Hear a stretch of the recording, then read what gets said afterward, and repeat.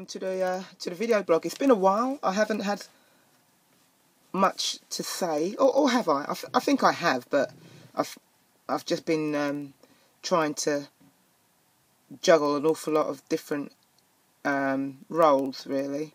So the coaching is going okay. It's not. It's not going okay.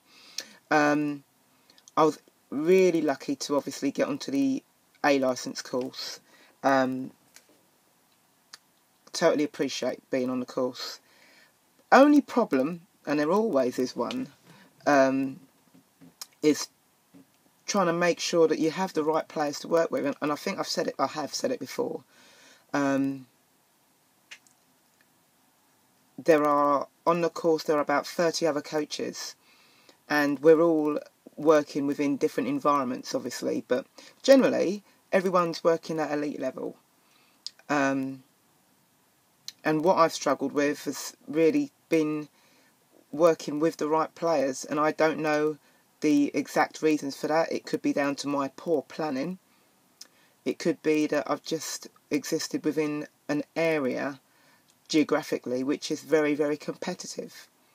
I've never been a head coach within a centre of excellence, and I've never worked with a head coach at a centre of excellence which was an environment also lending itself to A licence sessions.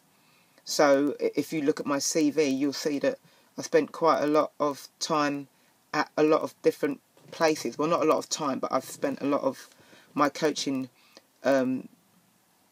life working at different girls' centres of excellences. I've worked at, I think I've worked at 4.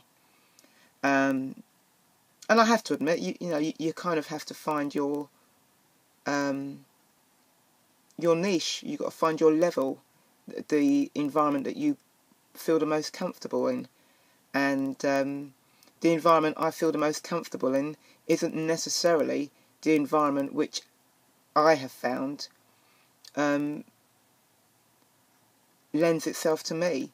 You don't find many female coaches working with male players within male clubs or at male academies. You don't find many. I think there are some, obviously, but you just don't find many. But that's the environment that I actually like working in that environment. But I haven't turned down any roles as a head coach for any girls' centres. I just haven't been offered any. Now, what I've tried to do is find a solution, because yes, that's the problem. I need to be a head coach, or if I'm not a head coach working with elite players, I need to have access to those players for my practices for the A licence, or I ain't passing. I ain't going to stand any chance of passing. So, to solve the problem, I got some scholarship boys to work with at a semi-pro club, which, again, I was really thankful that they gave me the opportunity to work with them. But for me, I need to work a little bit more often than once a week with a group of players, because I'm a slow learner. And I make no secret of that. I'm a slow learner, and one of the reasons I keep a video blog is just to remind myself what I'm doing. But it wasn't good enough for me, so that was another problem. Hence, look for another solution. Where there are problems, there are solutions. So what I've decided to do is accept a role overseas, and I'll be coaching overseas, and they've done a lot of work to find me a group of players who are, on paper, appropriate to my A licence sessions. So I'll be working with under 16 and under 18 college boys. So the college level should be competent enough for the A licence. It's not me saying, oh, they're not good enough. It's just that this is what the qualification demands. And it is proven in the application process. If you say that you are coaching at grassroots level and that's part of your application form, you won't be accepted, because the qualification says you need to be working with elite players. It's exclusive, but it is what it is. It's the English FA UEFA A licence course, so them's the breaks. So I'm going to be overseas working with those players. I've got under 18s in the evening, under 16s in the morning, apparently, and I hope that does happen. But that's what I've been promised. And so to solve the problem, I've chosen to go overseas.